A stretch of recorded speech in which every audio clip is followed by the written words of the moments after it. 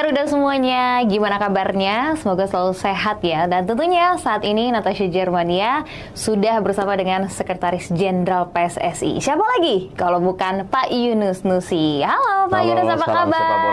Salam sepak bola Pak. Terima kasih atas waktunya.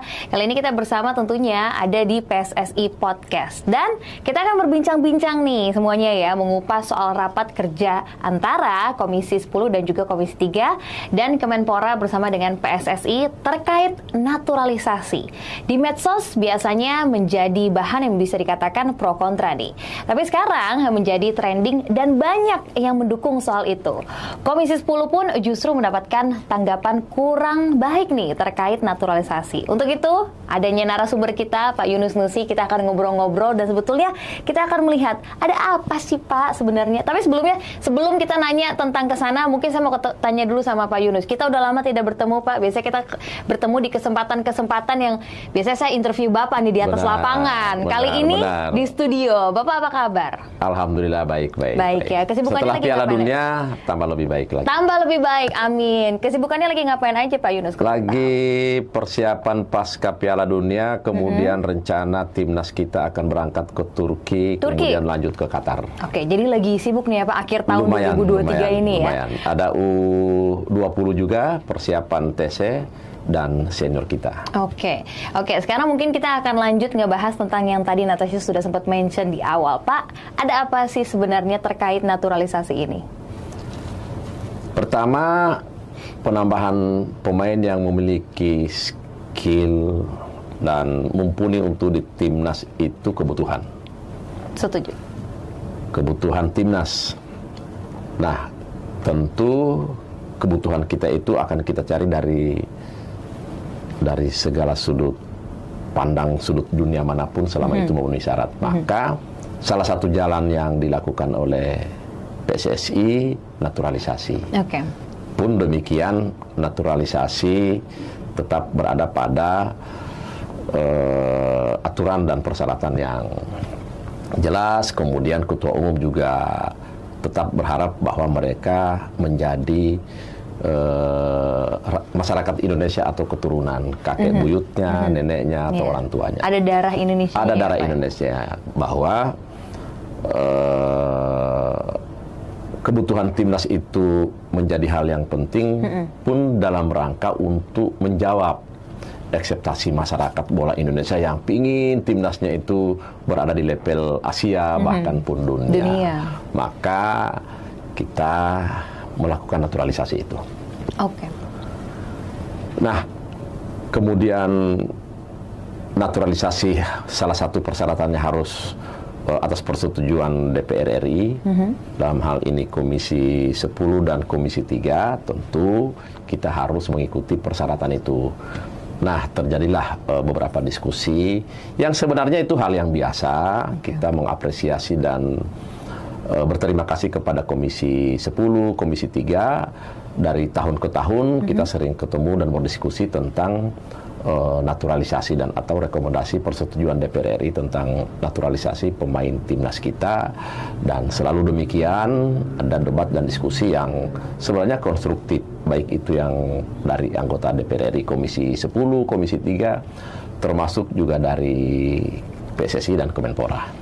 Waktu itu sempat ngobrol juga nih Pak Yunus sama ada komentator Indonesia yang sempat bilang sebetulnya naturalisasi itu udah dilakukan juga di banyak negara lain ya, gitu kan Pak. Tapi entah kenapa banyak menuai pro kontra di sini. Nah, ngomongin tentang pro kontra juga nih Pak Yunus, mohon maaf nih sebelumnya Pak Yunus. Dulu Sekjen PSSI yakni Pak Yunus Nusi juga sering dibully di medsos. Itu tanggapannya gimana Pak? Melihat banyaknya kecaman-kecaman juga.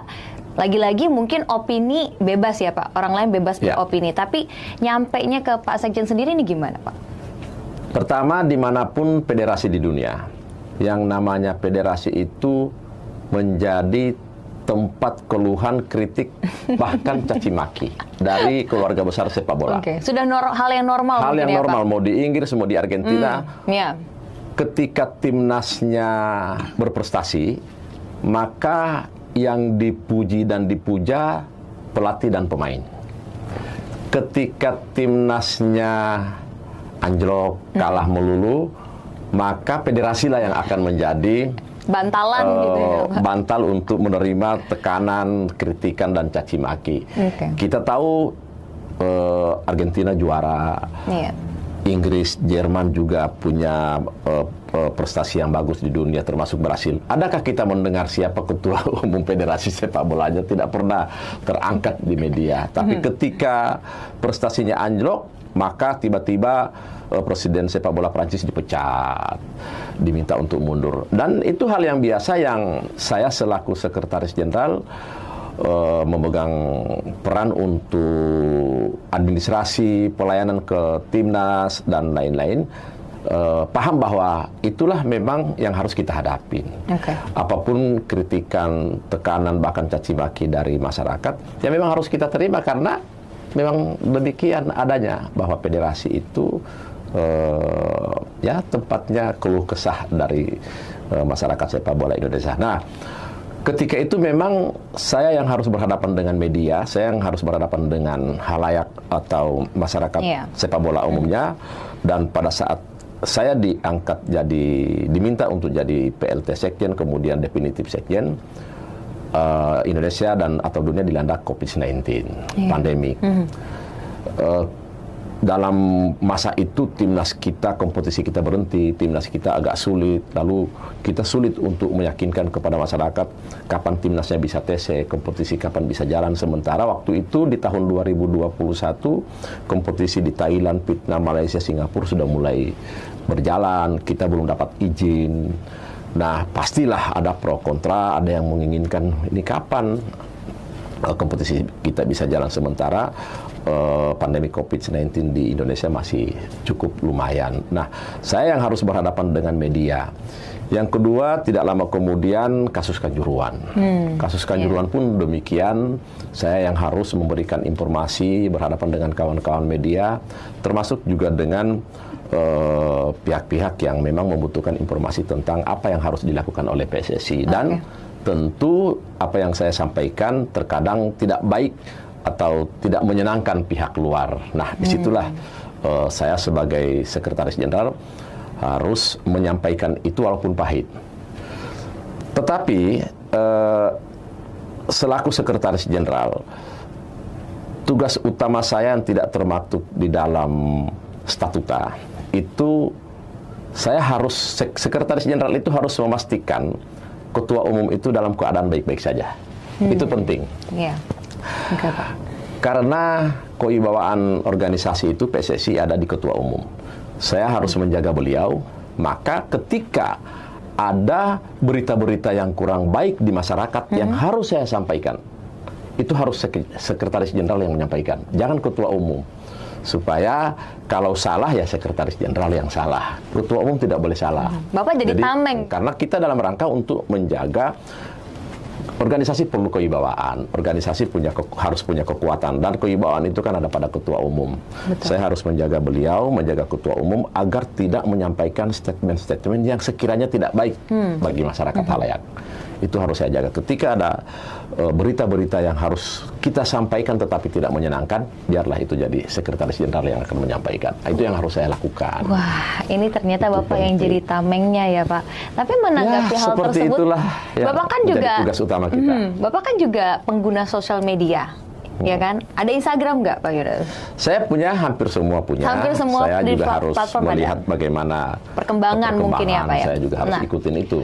Artinya kalau misalkan ngomongin tentang sosmed, ada banyak juga dong, Pak, menerima mungkin komen-komen atau DM yang sifatnya mungkin juga personal. Bapak sendiri menanggapi nggak sih, Pak, komen-komen seperti itu? Sangat banyak, dan di ketika itu 2020, 2021, bahkan di ujung 2022 kasus Kanjuruhan, lebih banyak negatifnya daripada positifnya. Tapi kan tadi prinsip bahwa satu, itu tugas dan tanggung jawab Sekretaris Jenderal. Yang kedua, dimanapun federasi di dunia akan tetap menjadi tumpuan kritikan caci maki dari halayak sepak bola. Maka itu yang menjadi prinsip saya, sehingga kritikan, caci maki baik secara pribadi ditujukan ke saya, kemudian juga kadang diumumkan oleh mereka di medsos, yang tidak bisa saya respon secara emosi atau negatif, karena mereka ternyata juga senang dengan sepak bola. Kita bersyukur mereka masih respon walaupun negatif. Antusias daripada mereka sudah tidak lagi datang ke stadion nonton, kemudian mereka lagi tidak ikut-ikutan urusan sepak bola, kan juga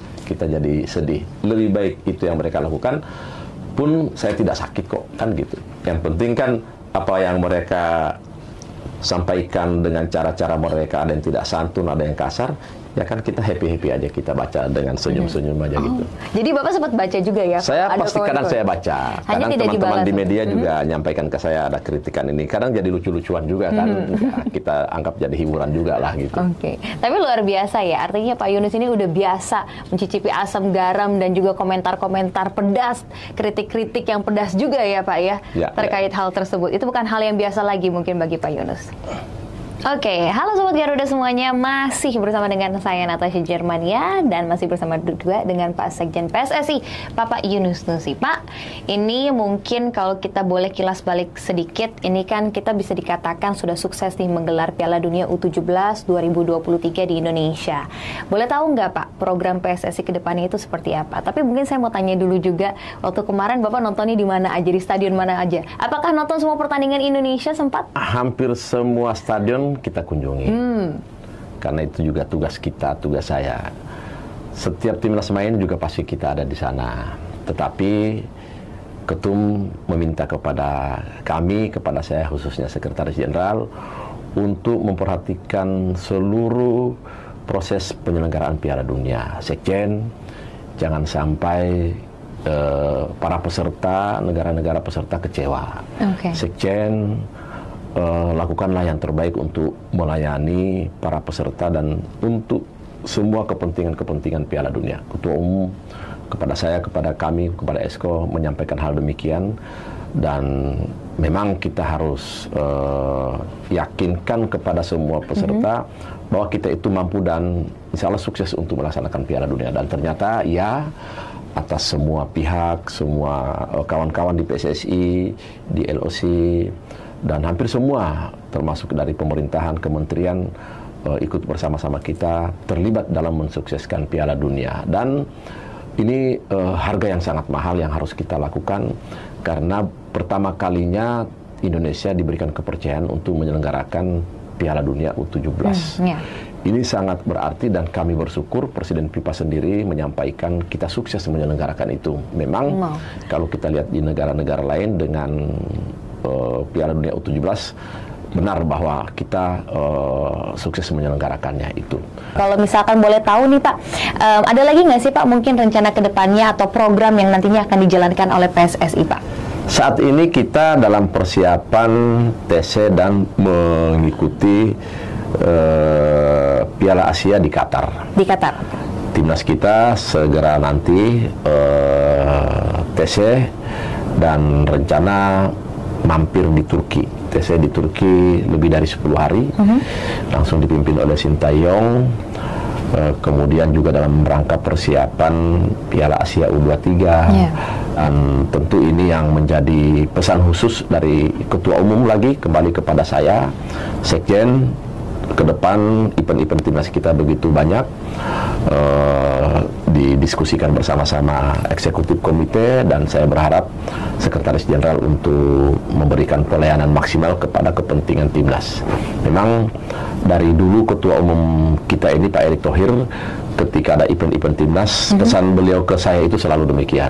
Sekjen, layani timnas semaksimal mungkin, monitor dan apapun yang mereka inginkan untuk kepentingan prestasi timnas, layani semaksimal mungkin. Karena memang salah satu tugas utama saya juga Sekretaris Jenderal yang memberikan pelayanan yang maksimal ke timnas. Jadi ketika timnas ke SEA Games, ke Asian Games, AFF, Piala Asia, ya saya terkadang memang harus ikut di sana, harus saya juga berangkat, karena memang saya harus memastikan mereka dalam pelayanan yang maksimal, karena kita juga berharap apa yang harus kita sampaikan, apa yang harus kita berikan, apa yang harus kita layani ke timnas, mudah-mudahan untuk menambah, mensupport mereka, setidaknya mereka untuk urusan makanan, obat-obatan, hotel, kendaraan, mereka sudah dalam keadaan yang siap semua. Dan itu bagian penting yang menjadi tugas sekretaris jenderal, melayani timnas semaksimal mungkin. Apa yang diminta oleh Sintayong, apa yang diminta oleh Indra Sapri, apa yang diminta oleh Bima Sakti dan kawan-kawan, apa bahkan yang diminta oleh pemain timnas, saya harus akomodir, saya harus respon, karena terkadang juga anak-anak timnas kita itu kan ketika mentok dengan pelatihnya dia ke kita. Kita selalu menganggap mereka adik-adik kita, kita menganggap mereka itu seperti anak-anak kita dalam rangka untuk memberikan semangat dan supaya mereka juga dalam keadaan yang happy. Jadi itu juga yang harus saya layani, bukan saja kepada pelatih, kepada ofisial, pun terhadap pemain juga kita harus lakukan itu. Oke, jadi mengakomodir dari mulai hal kecil sampai dengan hal besar ya Pak yang dibutuhkan oleh para pemain kita. Dan sebetulnya tugas Bapak jadi banyak juga ya Pak ya? Lumayan banyak.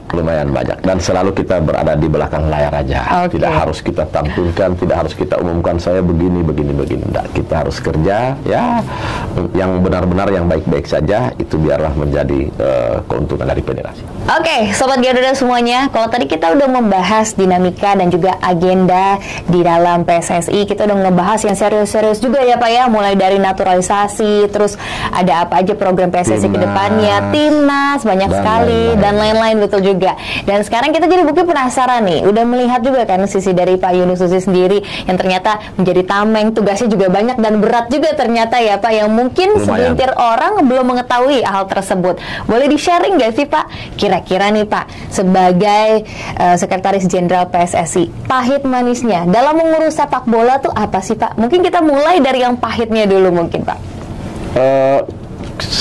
PSSI itu atau di Indonesia urus sepak bola itu tidak seperti ya mungkin di Thailand, Korea, Jepang atau Eropa. Jadi kawan-kawan saya di AFC itu sama di AFF sampaikan bahwa Mr. JS itu di Indonesia netizennya sudah paling aktif di seluruh dunia kali di seluruh dunia. Netizen sepak bola itu untuk yang Indonesia sudah paling aktif. Dan mereka dengan leluasa menyampaikan hal yang positif, yang negatif sekalipun mereka dengan leluasa. Dan itu dirasakan oleh kawan-kawan kita di negara lain. Apalagi di Jepang, di sana ada pemain kita, di Korea juga demikian, di Eropa pun kadang klub-klubnya ketika diserang oleh netizen Indonesia bisa kelabakan juga. Benar, Pak. Nah, itu di kita di Indonesia, bahwa menangani sepak bola Indonesia itu hampir sama kita menangani sepak bola di ASEAN 5 negara. Itu kan Thailand, Vietnam, Singapura, Myanmar, mungkin Malaysia. Pertama jumlah penduduknya hampir juga sama. Yang dari kedua geografisnya dari Aceh ke Sulawesi ke Sumatera, kemudian ke Papua ke Jawa. Hampir sama di kita dengan mau ke Thailand, kita mau ke Jepang pun hampir sama kita dengan ke Jayapura kalau ngurus sepak bola. Nah, jadi geografis, jumlah penduduk, dan apa yang disampaikan oleh kawan-kawan kita dari UI tentang 80% orang Indonesia itu senang bola. Iya, benar lagi Pak. Jadi ketika sepak bola itu ada sedikit masalah saja, itu udah jadi paling ramai di medsos kan. Kita harus akui. Benar, Pak. Maka ya kita harus menjaga bahwa sebisa mungkin PSSI itu dalam keadaan yang baik-baik saja juga gitu. Sebisa mungkin berita-berita itu yang tidak menjadi respon negatif dari masyarakat halayak, karena kita tahu bersama yaitu tadi sangat aktif. Ada kesalahan sedikit saja, waduh, hati-hati, langsung. Dan ternyata ini udah mendunia ya Pak, dan sudah mendunia, iya. Kawan-kawan kita udah paham. Jadi ya kita harus terima bahwa ya kalau ngurus bola ya harus siap-siap. Jangankan saya selaku sekretaris jenderal, kawan-kawan pemilik klub Liga 1, Liga 2 itu kan mereka keluar duit sendiri. Mereka berkorban untuk kepentingan sepak bolanya di daerah misalnya. Toh juga mereka salah pilih pemain pun dicaci maki oleh supporternya, padahal gua yang bayarin pelatih, saya yang bayarin pemain, kok kalian jadi repot kan gitu. Tetapi itu juga sudah dipahami oleh kawan-kawan pemilik klub, walaupun mereka sendiri yang membiayai klubnya, ya ada respon negatif dari supporter, dari netizen, ya harus diterima. Nah, demikian juga di federasi, di PSSI, ya kita juga harus tangguh untuk menangkal serangan-serangan yang negatif itu. Banyak suka dukanya, dan ya itu tadi apa boleh buat ya, kita juga di sepak bola juga senang, kita juga hobi di sepak bola, dan kita enjoy aja. Yang penting kita kerja apa yang menjadi tugas dan tanggung jawab kita yang diamanahkan oleh Ketua Umum, Eksekutif Komite, dan Kongres, ya harus kita lakukan. Saya kan Sekretaris Jenderal itu melayani seluruh poter se-Indonesia, mulai dari Asosiasi PSSI tingkat provinsi, ASPROK, klub-klub Liga 1, 28 klub Liga 2, ratusan klub Liga 3, belum lagi pelatih, wasit, itu harus kita layani. Sekretaris Jenderal secara administratif melayani seluruh kepentingan komponen-komponen ini, mulai dari pemain, pemilik klub, pelatih, wasit, dan lain-lain. Ya, memang itu tugas utama kita. Oke, tapi itu mungkin dari sisi pahitnya yang harus dijalani gitu ya Pak, membuat PSSI pokoknya dengan keadaan baik-baik saja. Ya. Tapi ada manisnya tuh paling seneng kalau pas momen apa Pak? Apalagi seorang Pak Sekjen kan yang biasanya sering diserang oleh netizen, kali ini sukanya apa Pak? Karena saya hobi sepak bola. Saya waktu masih kuliah, maaf karena keadaan ekonomi, saya pernah nonton di atas pohon. Wow. Saya bahkan maaf juga pernah saya lakukan di tahun 90-an. Kita sering loncat pagar stadion di Samarinda. Itu di saking Segiri. sukanya Saya berarti saking ya Pak? suka. Sepulang dari kuliah, kita udah nungguin jam 3, jam 4 supaya nggak rebutan panjat pohon. Kita duluan berada di atas pohon. Itu saya lakukan, dan kawan-kawan banyak saksinya. Banget itu Pak. Nah, saat ini kan ya alhamdulillah, mungkin karena juga saya sekjen, nontonnya di PPIP, di tribun kan itu kebanggaan. Iya. Sambil Senangnya ngawasin di situ, kan Pak. benar. Jadi itulah karena kita hobi, kita senang, mulai dari termasuk juga ketika saya dulu di Persisam, tugas kita ngurusin tiket. Saya ikut di manajemen Persisam, yang ngurusin panpel, ngurusin stadion, ya alhamdulillah sampai dengan memiliki saham di Persisam, kemudian ketua PSSI selama 2 periode di Kalimantan Timur, dan dipercaya menjadi sekretaris jenderal. Nah, itu yang ya sukanya ya Pak. Sukanya di situ karena kita senang bola. Hari ini saya di Bandung, sore sudah di pernah hari ini di Bandung, sorenya udah di Surabaya, pagi udah ke Bali. Wow. Muter ngurusin sepak bola ya. Kedengerannya karena capek kita itu. juga senang, tidak ada rasa capek. Karena juga hobi kita kalau agak flu atau agak demam, datang aja ke stadion, mudah-mudahan sehat itu. Jadi bisa dikatakan mungkin stadionnya menjadi obatnya Pak Yunus ya? Kita nonton bola, nonton timnas biar dalam keadaan sakit, kalau udah nonton timnas itu insya Allah kita udah sembuh. Kan gitulah, bahwa kita nikmati semua. Benar. Sepak bolanya yang harus kita nikmati. Kalau kita tidak nikmati, kita lebih banyak ngeluh dan lebih banyak capeknya. Kita nikmati aja bahwa ini pertama hobi, yang kedua memang pengabdian. Kita memberikan hiburan kepada seluruh masyarakat, walaupun juga kita tahu kompetisi kita masih perlu pemenahan, timnas kita masih tetap digenjot untuk berprestasi. Tapi luar biasa ya Pak. Sekarang kita jadi lebih dekat lagi mengenal seperti apa sosok Pak Yunus. Dan memang Pak Yunus sendiri ini kan orang Kalimantan ya Pak. Ini sama sebetulnya. Kalimantan Timur. Kita ada kesamaan Pak. Orang Banjar kakek saya Pak. Kalau Bapak di orang mana? Barito Putra. Saya dari Samarinda. Kalau Bapak dari? Iya, kami dari Samarinda. Makanan khasnya apa ya Pak? Soto Samarinda Banjarnya, nasi kuningnya. Soto Banjar itu juga ada. Ikan patinnya, ikan pupuyunya. Wah, itu makanan tradisional paling enak di itu benar banget Pak. Samarinda dan Kalimantan Timur. Kalau dulu saya ingat kakek saya itu pulang dari Kalimantan selalu bawa makanan-makanan khas Kalimantan, termasuk Pak lobster yang segar. Dan itu saya dibangunin, dan saya dibangunin malam-malam untuk harus makan, kalau enggak besoknya udah rusak Pak. Jadi harus dimakan saat itu juga. Tapi memang kalau ngomongin tentang kuliner susah Pak, ternyata nyari di Jakarta nyari yang enak. Paling enak di Kalimantan, apalagi di Kaltim, di Samarinda. Ada namanya, kalau di Kaltim itu atau di Samarinda ada namanya soto. Kalau nyebutnya soto belum enak, tapi kalau nyebutnya sutu, itu sudah paling enak. Ada sutu Banjar, itu sudah paling enak. Itu bahasa kita di sana. Ya, kalau urusan kuliner bisa jadi lapar kita. Iya benar. Tapi kapan terakhir ke Kalimantan Pak? Saya minggu lalu baru dari sana. Oke. Sekian lama urusan Piala Dunia, hampir 3 bulan saya tidak balik ke Kalimantan Timur. Biasanya sebulan sekali. 3 bulan yang lalu saya tidak datang. Minggu kemarin ya harus pulang kampung karena banyak yang kita kangenin di sana. Iya pasti. Makanannya, situasinya, suasananya. Benar-benar. Teman-teman saya banyak di sana. Pak, kalau Natasha boleh tanya sama Bapak, secinta apa sih mungkin kalau bisa digambarkan Pak Yunus terhadap sepak bola? Saya kelas 6 SD itu pemain sepak bola di tingkat SD. Oke. Jam setengah 4 saya diantar oleh orang tua saya ke lapangan, bapak. Oke. Saya main bola di sana. Bapak saya itu sempat, saya pas memasukkan bola, saya ingat kelas 6 SD, bapak saya sempat serang tepuk tangan. Habis itu bapak pulang. Oke. Pada saat saya sebelum selesai pertandingan sepak bola, dari rumah yang datang ke saya teriakin bapak saya meninggal di kelas 6 SD. Itu awal gimana saya senang dengan sepak bola, diantar oleh orang tua, kemudian pas pulang kena serangan jantung setelah sholat asar. Pada saat saya main bola gitu, diantar. Memang bapak saya senang juga bola. Saya kalau urusan bola ya udah kadang ya di bawah pohon kelapa di kampung kita main bola gitu.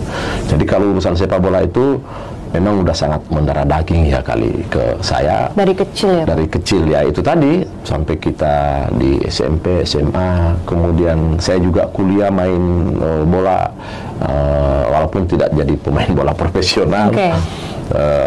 Persisa main dulu namanya Puma, Putra Mahakam. Putra Mahakam itu mesnya dekat tempat saya rumah, dekat. Jadi supaya saya bisa nonton gratis, saya kadang ikut masuk di bus. Di bus kadang diketahui, kadang nggak diketahui, supaya busnya langsung ke lapangan, saya nonton gratis gitu. Saya kadang ikut. Dulu ada namanya Ibrahim Lestaluhu, almarhum, pernah pemain si Henry, pernah jadi pemain Putra Mahakam. Terkadang saya harus lakukan apa, bawaannya pelatih pemain karena dekatan mesnya. Saya ikut juga di situ, kadang naik bus, nyusup. Ya itu tadi sampai dengan kuliah, kadang saya enggak kuliah nonton bola, sudah enggak kuliah nonton bola di atas pohon lagi kan gitu, kan asik. Itu perjuangan ya, itu ya Pak. Saking kita punya, ya enggak tahu lah, mungkin karena senang banget, hobi kita senang di bola. Dan lama-kelamaan kita udah di klub, di Persisam di tahun 2013-2014, memiliki saham di sana yang kemudian kita jual jadi Bali United. Itu dulu Persisam namanya, dijual ke Bali United. Setelah itu teman-teman meminta dan mengangkat saya memilih saya jadi ketua PSSI Kalimantan Timur. Itulah akhirnya kita tambah mendarah daging lagi sepak bola. Iya, benar juga. Sekarang bergabung di federasinya, apalagi ya Pak ya. Walaupun sekarang tadi kata Bapak nggak jadi pemain profesional ya. Tidak Pak, menjadi pemain profesional. Tapi ada jalan lain Pak. Benar, yang sudah ditakdirkan. Kita mungkin ngurusin para pemain profesional atau ngurusin timnas. Benar. Kita jadi tahu tentunya ya bagaimana sepak bola ternyata sudah mendarah daging nih bagi Pak Yunus Nusi sendiri. Memang dari kecil ya Pak ya, memang hobi tentang olahraga khususnya sepak bola. Mungkin Pak, sebelum kita menutup podcast kita kali ini, ada nggak pesan dan juga mungkin harapan dari Pak Sekjen sendiri secara pribadi dan juga federasi mungkin Pak buat para penggila sepak bola Indonesia nih Pak? Silahkan Kak Beri sana langsung Pak. Untuk para penggila sepak bola. Iya, pertama terkadang saya selalu bercengkrama dengan anak-anak timnas. Keluhan yang terkadang mereka sampaikan itu, om, kita ini netizen kita ngeri ya om ya, kadang kita juga dibully sama mereka ya. Kita ini kan juga kadang juga ada pada saat main juga kadang tidak benar, tidak bagus, kadang bagus. Bilang iya, itu yang menjadi bagian terpenting yang harus kalian tahan, bahwa di Indonesia itu ketika kalian bermain dengan baik, kalian dipuji-puji. Ketika kalian tidak bagus, tidak baik skill, atau kalian kehilangan sentuhan atau apa, kalian akan dibully. Maka kalian harus stabil. agar kalian menjadi pemain yang selalu dieluk-elukan. Kalian pemain yang menjadi pemain yang bisa membanggakan timnas kita. Itu keluhan yang mereka sampaikan ke saya, dan ya mau tidak mau juga saya selalu mengingatkan dan menyampaikan ke kawan-kawan supporter dan netizen. Apapun kesalahan yang dilakukan oleh anak-anak timnas, nggak usahlah mereka dikritik atau dicaci maki, bahkan kadang ada yang kasar, ya kasihan ke mereka. Benar-benar, Pak. Tujukan aja kepada kami gitu.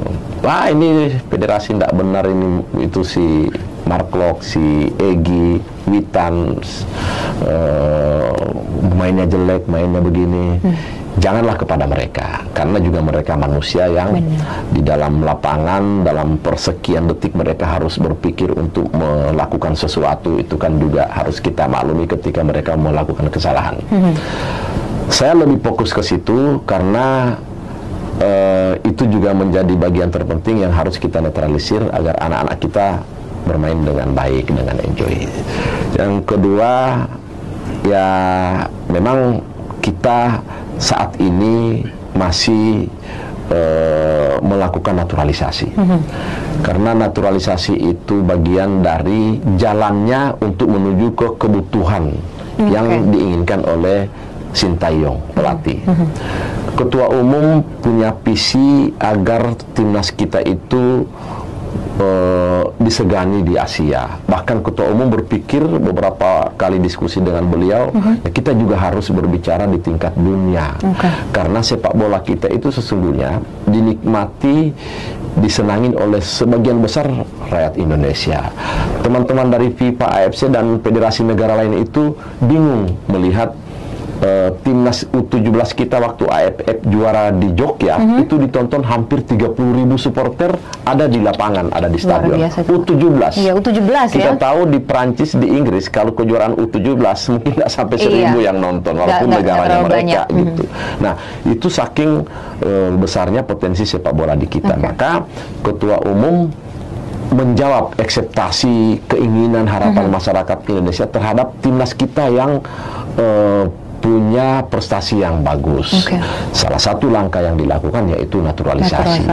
Bahwa memang kita juga harus mengakui pemain-pemain lokal kita memang penting untuk dipacu skillnya, disiplinnya, karakternya. Nah, kita atas alasan atau rekomendasi dari Sintayong, ada beberapa posisi yang memang harus diisi yang pemainnya tidak ada di Indonesia.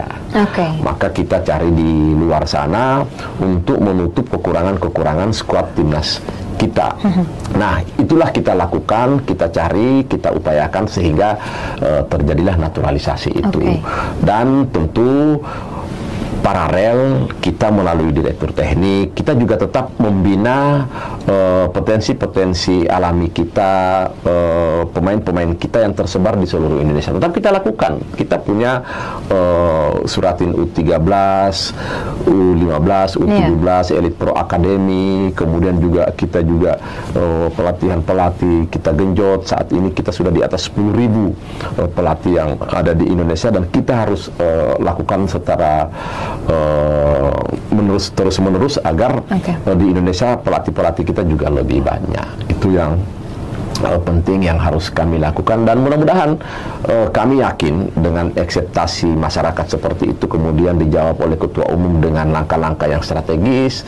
Eksekutif komite juga bersama-sama dengan PSSI, dengan ketua umum untuk membangun sepak bola yang terbaik. Nah, saya yakin di tahun-tahun depan, bahkan di 2024 insya Allah kita punya prestasi yang bagus di timnas. Mudah-mudahan kita harapkan dukungan dari masyarakat Indonesia, dan kami yakin apa yang menjadi visi-misinya ketua umum terhadap timnas yang memiliki skill yang bagus itu, saya optimis 2024 akan terjawab. Amin. Kita doain bareng-bareng Sobat Garuda semuanya, semoga visi misi kedepannya bisa segera terlaksana, dan juga kita doakan semua program dari PSSI kedepannya bisa berjalan dengan lancar. Amin. Ya Pak. Berarti nanti ke Qatar dong, Bapak? Insya Allah ke Qatar, tapi mau ke Arab Saudi dulu tanggal 20, 21, 22. Sibuk dari AFC. Berarti tahun baru di mana nih Pak? Di Indonesia? Tetap di Indonesia. Tetap di Indonesia. Cuma jadwal cukup padat ya di akhir tahun. Jadwalnya lumayan mendampingi timnas kita di tahun depan padat. Oke, Ya. kita tunggu ya Pak akan seperti apa Amin, timnas amin, kedepannya. amin. Kita Mohon doa doakan restunya, pokoknya mohon doa untuk timnas yang kita. terbaik. Kita doakin untuk timnas kita semuanya. Dan juga Pak Yunus Nusi, terima kasih banyak Pak atas waktunya. Udah Sama-sama, boleh ngobrol-ngobrol Mbak bareng. Natasha. Kita ketemu lagi di lain Sudah kesempatan ya ketemu Pak. lagi di lain kesempatan, tapi tetap ketemunya di sepak bola. Bener banget Pak, nggak jauh-jauh ya Nggak Pak. Kalau nggak di jauh-jauh di studionya sepak bola. PSSI mungkin di atas lapangan lagi. Siap, Oke, Sobat Garuda juga terima kasih semuanya yang sudah menyaksikan PSSI Podcast kali ini. Untuk itu kita berjumpa lagi tentunya di episode selanjutnya. Saya Natasha Jermania dan juga Pak Yunus Nusi pamit undur diri. Sampai jumpa lagi. Bye. Salam sepak bola. Salam sepak bola.